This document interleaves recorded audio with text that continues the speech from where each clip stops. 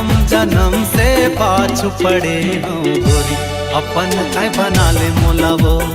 जन्म जन्म से पाछू पड़े हूँ गोरी अपन काय बना ले मोला वो।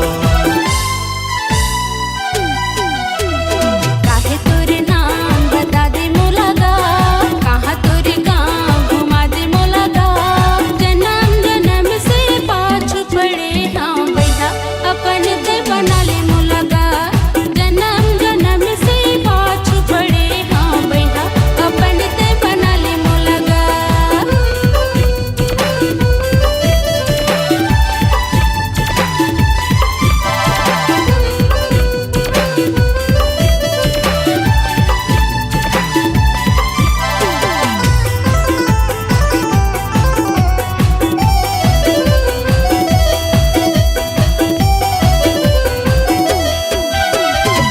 नदिया तीर है आमा के छैया कोयली गावा थे रे।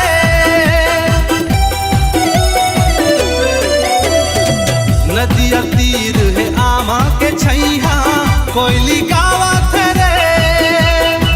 कारी घटा बन पर से पदरिया मन लुभावा थे रे। कुहू कुहू के बोली मगोरी तोला बलावत रे।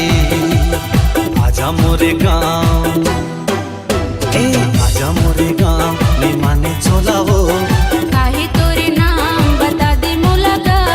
जन्म जन्म से पाछू पड़े हूँ गोरी अपन काय बना ले मोला वो।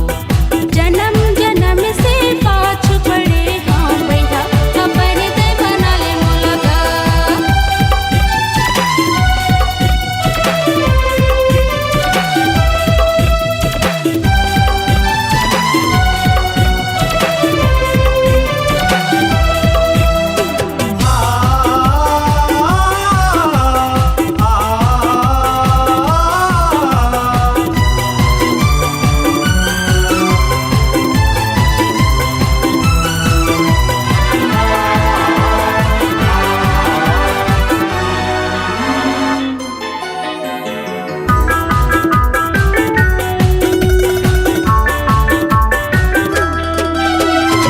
चंदा बन के उवत रही था चाहे दिन हो के रात।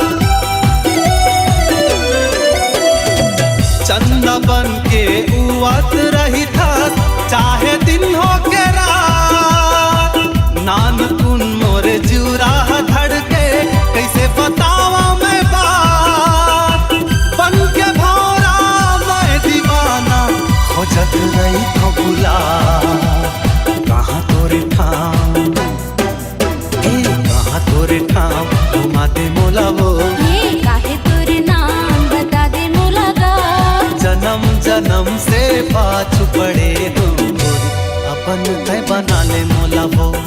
जन्म जन्म से पाछू पड़े हाँ भैया अपन ते बना ले मोला गा। काहे तोरे नाम ए काहे तोरे नाम बता दे मोला वो। हाय कहाँ तोरे गाँव घुमा दे मोला गा। जन्म जन्म से पाछू पड़े हूँ गोरी अपन काय बना ले मोला वो। जन्म जन्म से